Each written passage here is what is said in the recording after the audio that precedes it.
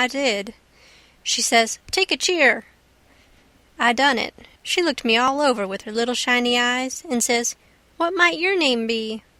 "Sarah Williams." "Whereabouts do you live? In this neighborhood?" "No'm, in Hookerville, 7 mile below. I've walked all the way and I'm all tired out." "Hungry too, I reckon. I'll find you something."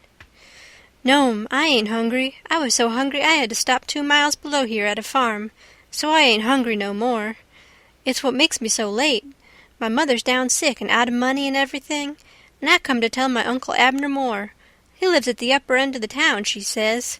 I hain't ever been here before. Do you know him?" "No, but I don't know everybody yet. I haven't lived here quite 2 weeks. It's a considerable ways to the upper end of the town. You better stay here all night. Take off your bonnet." "No," I says, "I'll rest a while, I reckon, and go on. I ain't afeard of the dark." She said she wouldn't let me go by myself, but her husband would be in by and by, maybe in an hour and a half, and she'd send him along with me. Then she got to talking about her husband, and about her relations up the river, and her relations down the river, and about how much better off they used to was, and how they didn't know but they'd made a mistake comin' to our town, instead of lettin' well alone, and so on, till I was afeard I had made a mistake comin' to her to find out what was goin' on in the town. But by and by she dropped on to Pap and the murder, and then I was pretty willin' to let her clatter right along. She told about me and Tom Sawyer finding the $6,000, only she got it 10, and all about Pap and what a hard lot he was, and what a hard lot I was, and at last she got down to where I was murdered. I says, "Who done it? We've heard considerable about these goings-on down in Hookerville, but we don't know who 'twas that killed Huck Finn." "Well, I reckon there's a right smart chance of people here that'd like to know who killed him. Some think old Finn done it himself." "No, is that so?" "Most everybody thought it at first. He'll never know how nigh he came to getting lynched, but before night they changed around and judged it was done by a runaway nigger named Jim." "Why, he—" I stopped. I reckoned I better keep still. She run on and never noticed I had put in at all. "The nigger run off the very night Huck Finn was killed, so there's a reward out for him, $300, and there's a reward out for old Finn, too, $200. You see, he came to town the morning after the murder and told about it, and was out with him on the ferry boat hunt, and right away after he up and left.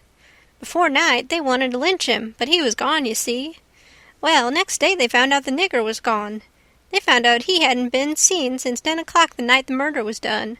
So then they put it on him, you see, and while they was full of it, next day back comes old Finn and went boo-hooing to Judge Thatcher to get money to hunt for the nigger all over Illinois with. The judge gave him some, and that evening he got drunk and was around till after midnight with a couple of mighty hard-looking strangers, and then went off with them. Well, he hain't come back since, and they hain't looking for him back till this thing blows over a little, for people thinks now that he killed his boy and fixed things so folks would think robbers done it, and then he'd get Huck's money without having to bother a long time with a lawsuit. People do say he weren't any too good to do it. Oh, he's sly, I reckon. If he don't come back for a year, he'll be all right. You can't prove anything on him, you know. Everything will be quieted down then, and he'll walk in Huck's money as easy as nothing." "Yes, I reckon so, ma'am. I don't see nothing in the way of it. Has everybody quit thinking the nigger done it?" "Oh, no, not everybody. A good many thinks he done it. But they'll get the nigger pretty soon now, and maybe they can scare it out of him." "Why, are they after him yet?" "Well, you're innocent, ain't you? Just $300 lay around every day for people to pick up? Some folks think the nigger ain't far from here. I'm one of them, but I hain't talked it around.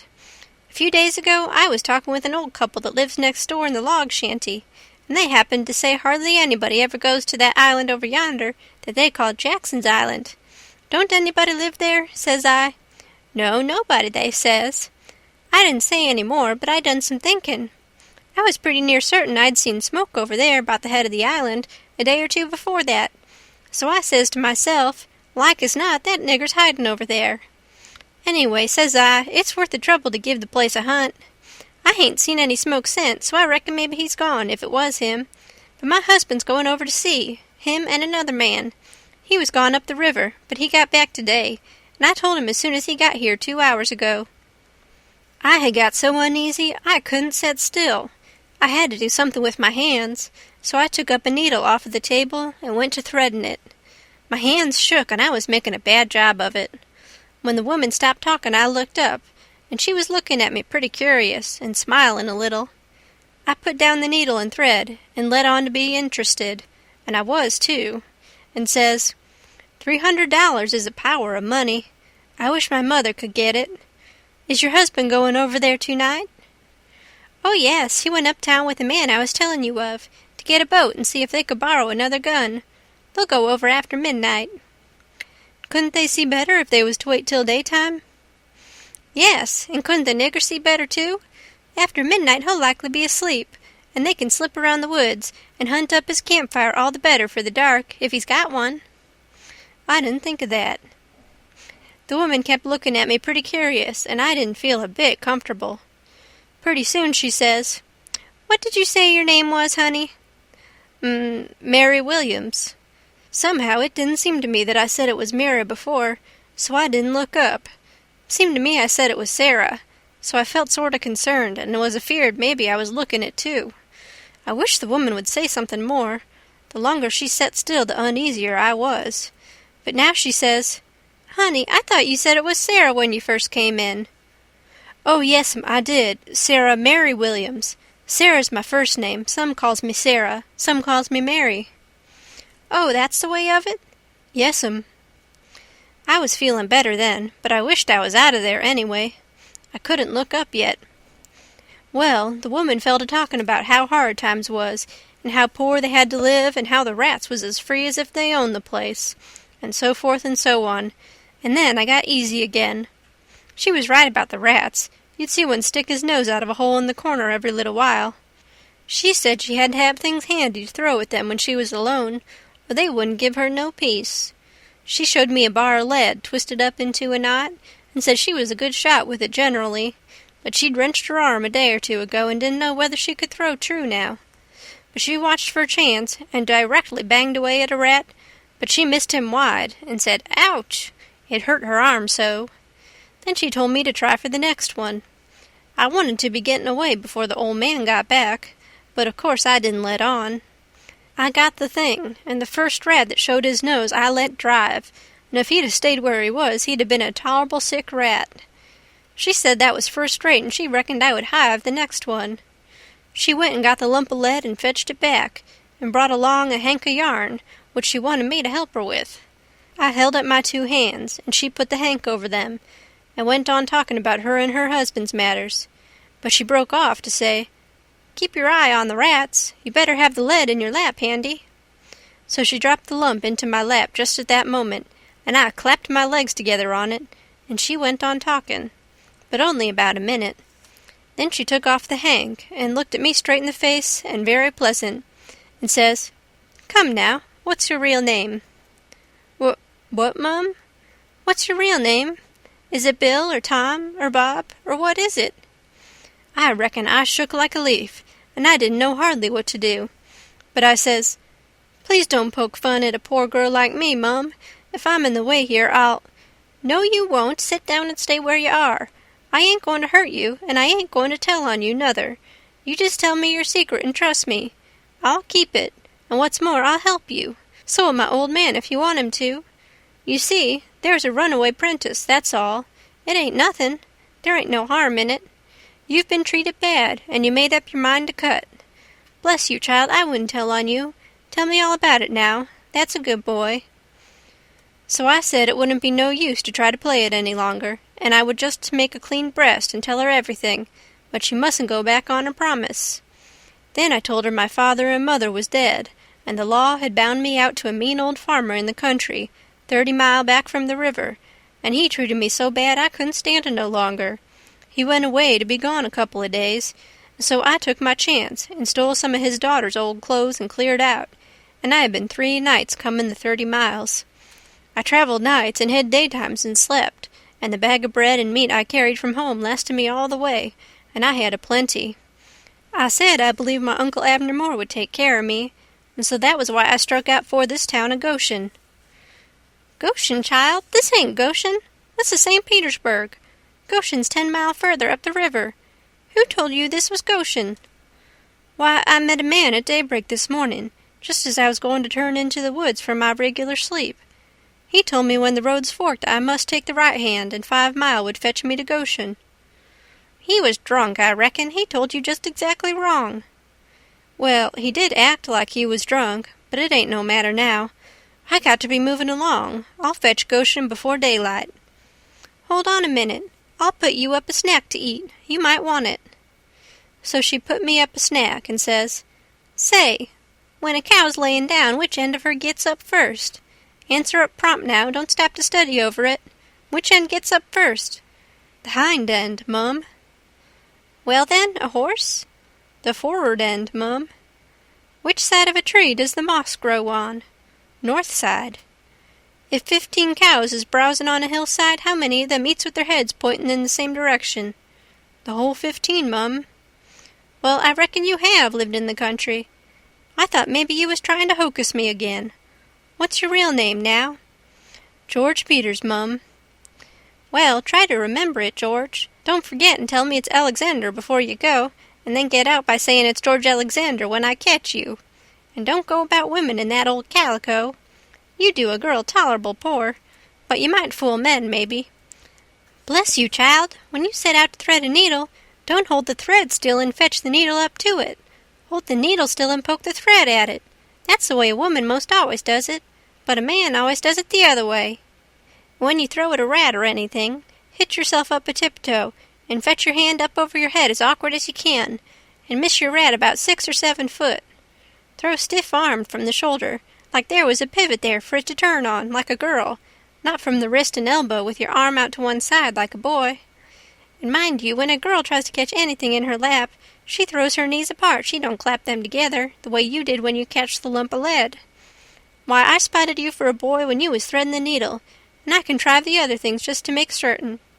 Now, trot along to your uncle, Sarah Mary Williams George Alexander Peters, and if you get into trouble, you send word to Mrs. Judith Loftus, which is me, and I'll do what I can to get you out of it. Keep the river road all the way, and next time you tramp, take shoes and socks with you. The river road's a rocky one, and your feet'll be in a condition when you get to Goshen, I reckon." I went up the bank about 50 yards, and then I doubled on my tracks and slipped back to where my canoe was, a good piece below the house. I jumped in and was off in a hurry. I went upstream far enough to make the head of the island, and then started across. I took off the sunbonnet, for I didn't want no blinders on then. When I was about the middle, I heard the clock begin to strike, so I stops and listens. The sound come faint over the water, but clear. 11. When I struck the head of the island, I never waited to blow, though I was most winded, but I shoved right into the timber where my old camp used to be, and started a good fire there on a high and dry spot. Then I jumped in the canoe and dug out for our place, 1.5 miles below, as hard as I could go. I landed and slopped through the timber and up the ridge and into the cavern. There Jim laid, sound asleep on the ground. I roused him out and says, "Get up and hump yourself, Jim. There ain't a minute to lose. They're after us." Jim never asked no questions. He never said a word, but the way he worked for the next half an hour showed about how he was scared. By that time everything we had in the world was on our raft, and she was ready to be shoved out from the willow cove where she was hid. We put out the campfire at the cavern the first thing, and didn't show a candle outside after that. I took the canoe out from the shore a little piece, and took a look, but if there was a boat around I couldn't see it, for stars and shadows ain't good to see by. Then we got out the raft and slipped along down in the shade, past the foot of the island dead still, never saying a word. End of chapter 11. 1 o'clock when we got below the island at last, and the raft did seem to go mighty slow. If a boat was to come along, we was going to take to the canoe and break for the Illinois shore, and it was well a boat didn't come, for we hadn't never thought to put the gun in the canoe or a fishing line or anything to eat. We was in brother too much of a sweat to think of so many things. It warn't good judgment to put everything on the raft. If the men went to the island, I just expect they found the campfire I built and watched it all night for Jim to come. Anyways, they stayed away from us, and if my building the fire never fooled them, it warn't no fault of mine. I played it as low down on them as I could. When the first streak of day began to show, we tied up to a towhead in a big bend on the Illinois side, and hacked off cottonwood branches with the hatchet, and covered up the raft with them, so she looked like there had been a cave-in the bank there. A towhead is a sandbar that has cottonwoods on it as thick as harrow teeth. We had mountains on the Missouri shore and heavy timber on the Illinois side, and the channel was down the Missouri shore at that place, so we weren't afraid of anybody running across us. We laid there all day and watched the rafts and steamboats spin down the Missouri shore, and upbound steamboats fight the big river in the middle. I told Jim all about the time I had jabbering with that woman, and Jim said she was a smart one, and if she was to start after us herself, she wouldn't sit down and watch a campfire. No, sir, she'd fetch a dog. Well, then, I said, why couldn't she tell her husband to fetch a dog? Jim said he bet she did think of it by the time the men was ready to start, and he believed they must have gone uptown to get a dog, and so they lost all that time, or else we wouldn't be here on a towhead, 16 or 17 mile below the village. No, indeedy, we would be in that same old town again. So I said I didn't care what the reason was, they didn't get us, as long as they didn't get us. When it was beginning to come on dark, we poked our heads out of the cottonwood thicket and looked up and down and across, nothing in sight. So Jim took up some of the top planks of the raft and built a snug wigwam to get under in blazing weather and rainy, and to keep the things dry. Jim made a floor for the wigwam and raised it a foot or more above the level of the raft, so now the blankets and all the traps was out of reach of steamboat waves. Right in the middle of the wigwam, we made a layer of dirt about 5 or 6 inches deep with a frame around it, for to hold it to its place. This was to build a fire on in sloppy weather or chilly. The wigwam would keep it from being seen. We made an extra steering oar, too, because one of the others might get broke on a snag or something. We fixed up a short forked stick to keep the old lantern on, because we must always light the lantern whenever we see a steamboat coming downstream, to keep from getting run over, but we wouldn't have to light it for upstream boats unless we was in what they call a crossing, for the river was pretty high yet, very low banks being still a little under water, so upbound boats didn't always run the channel, but hunted easy water. The second night we run between 7 and 8 hours, with a current that was making over 4 mile an hour. We catched fish and talked, and we took a swim now and then to keep off sleepiness. It was kind of solemn, drifting down the big, still river, layin' on our backs looking up at the stars, and we didn't ever feel like talking loud, and it weren't often that we laughed, only a little kind of a low chuckle. We had mighty good weather as a general thing, and nothing ever happened to us at all, that night, nor the next, nor the next. Every night we passed towns, some of them away up on black hillsides, nothing but just a shining bed of lights, not a house could you see. The 5th night we passed St. Louis, and it was like the whole world lit up. In St. Petersburg, they used to say there was 20 or 30,000 people in St. Louis, but I never believed it, till I see that wonderful spread of lights at 2 o'clock that still night. There warn't a sound there, everybody was asleep. Every night now I used to slip ashore towards 10 o'clock at some little village, and buy 10 or 15 cents worth of meal or bacon or other stuff to eat, and sometimes I lifted a chicken that warn't roosting comfortable and took him along. Pap always said, take a chicken when you get a chance, because if you don't want 'em yourself, you can easy find somebody that does, and a good deed ain't ever forgot. I never see Pap when he didn't want the chicken himself, but that is what he used to say anyway. Mornings, before daylight, I slipped into cornfields and borrowed a watermelon, or a mushmelon, or a pumpkin, or some new corn, or things of that kind. Pap always said it warn't no harm to borrow things if you was meaning to pay them back some time, but the widow said it warn't anything but a soft name for stealing, and no decent body would do it. Jim said he reckoned the widow was partly right, and Pap was partly right, so the best way would be for us to pick out 2 or 3 things from the list, and say we wouldn't borrow them any more. Then he reckoned it wouldn't be no harm to borrow the others.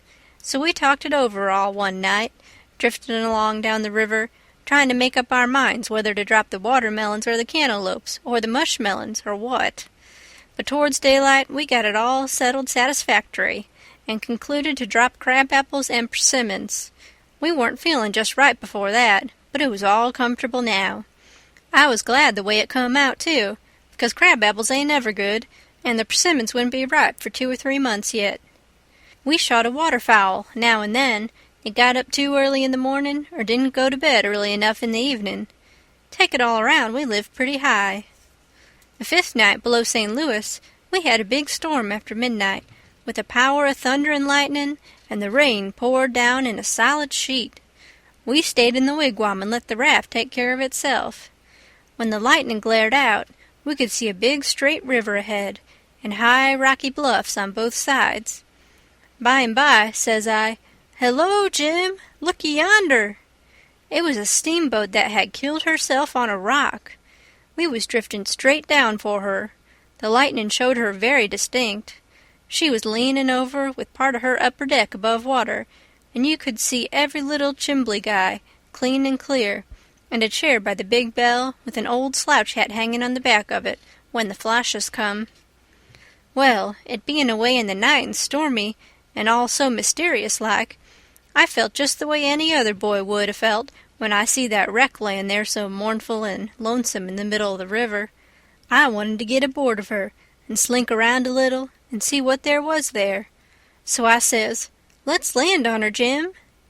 But Jim was dead against it at first. He says, "I don't want to go foolin' long or no wrack.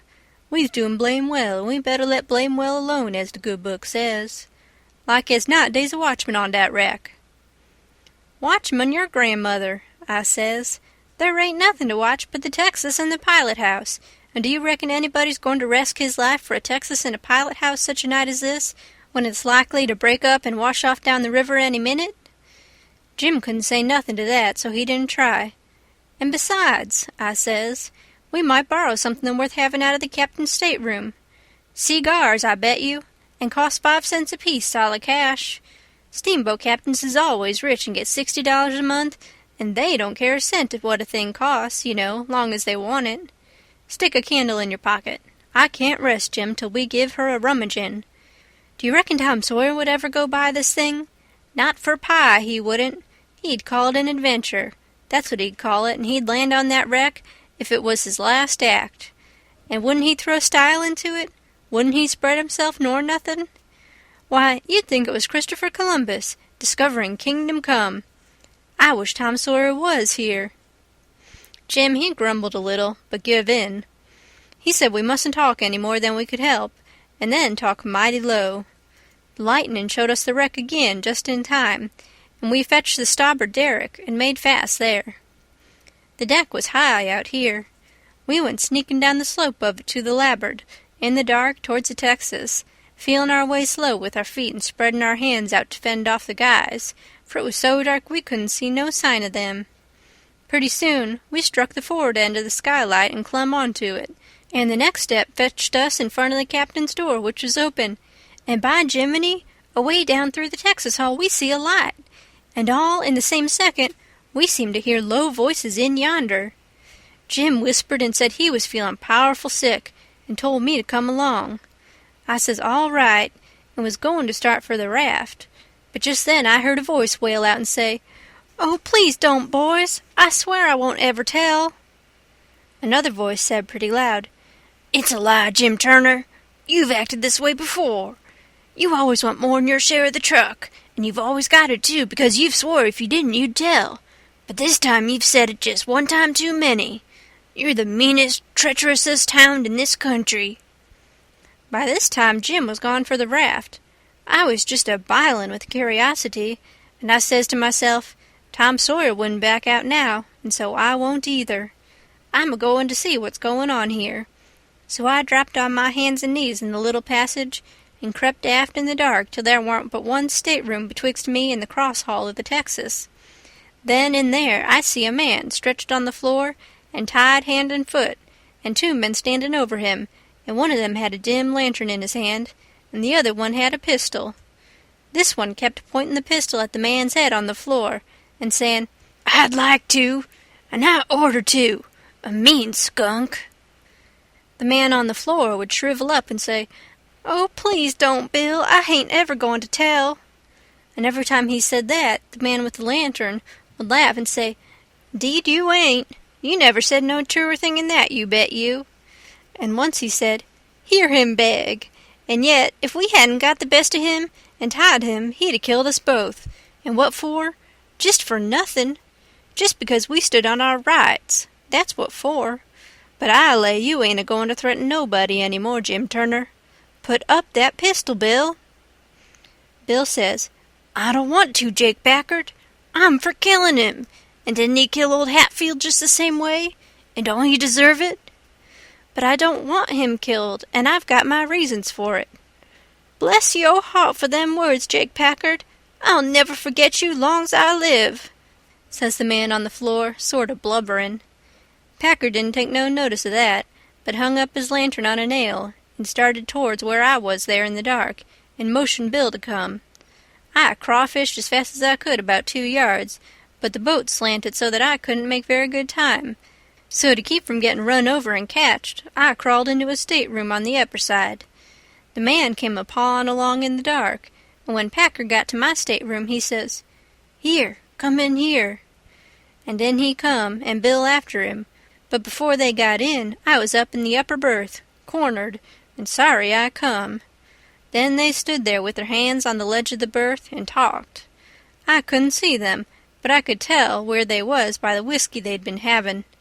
I was glad I didn't drink whiskey, but it wouldn't made much difference anyway, because most of the time they couldn't have treated me because I didn't breathe. I was too scared, and besides, a body couldn't breathe and hear such talk. They talked low and earnest. Bill wanted to kill Turner. He says, He said he'll tell, and he will. If we was to give both our shares to him now, it wouldn't make no difference after the row and the way we've served him. Sure's you're born, I'll turn state evidence. Now you hear me, I'm for putting him out of his troubles. So am I, says Packard, very quiet. Blame it, I'd sort of begun to think you wasn't. Well then, that's all right. Let's go and do it. Hold on a minute, I hain't had my say yet. You listen to me. Shooting's good, but there's quieter ways if the thing's got to be done. But what I say is this. It ain't good sense to go courting around after a halter if you can get at what you're up to in some way that's just as good and at the same time don't bring you into no risks. Ain't that so? You bet it is, but how you going to manage it this time? Well, my idea is this. We'll rustle around and gather up whatever pickings we've overlooked in the staterooms and shove for shore and hide the truck. Then we'll wait. Now, I say it ain't a-going to be more'n 2 hours before this rack breaks up and washes off down the river. See, he'll be drownded and won't have nobody to blame for it but his own self. I reckon that's a considerable sight better'n killing of him. I'm unfavorable to killing a man as long as you can get around it. It ain't good sense. It ain't good morals. Ain't I right? Yes, I reckon you are. But suppose she don't break up and wash off? Well, we can wait the 2 hours anyway and see, can't we? All right then, come along. So they started, and I lit out all in a cold sweat and scrambled forward. It was dark as pitch there, but I said in a kind of a hoarse whisper, Jim! And he answered up right at my elbow with a sort of a moan. And I says, Quick, Jim, it ain't no time for fooling around and moaning. There's a gang of murderers in yonder, and if we don't hunt up their boat and send her drifting down the river so these fellows can't get away from the wreck, there's one of 'em going to be in a bad fix. But if we find their boat, we can put all of 'em in a bad fix, for the sheriff'll get 'em. Quick, hurry. I'll hunt the larboard side. You hunt the starboard. You start at the raft and... Oh, my lordy, lordy, raft? They ain't no raft no mo'. She done broke loose and gone, and here we is. End of chapter 12.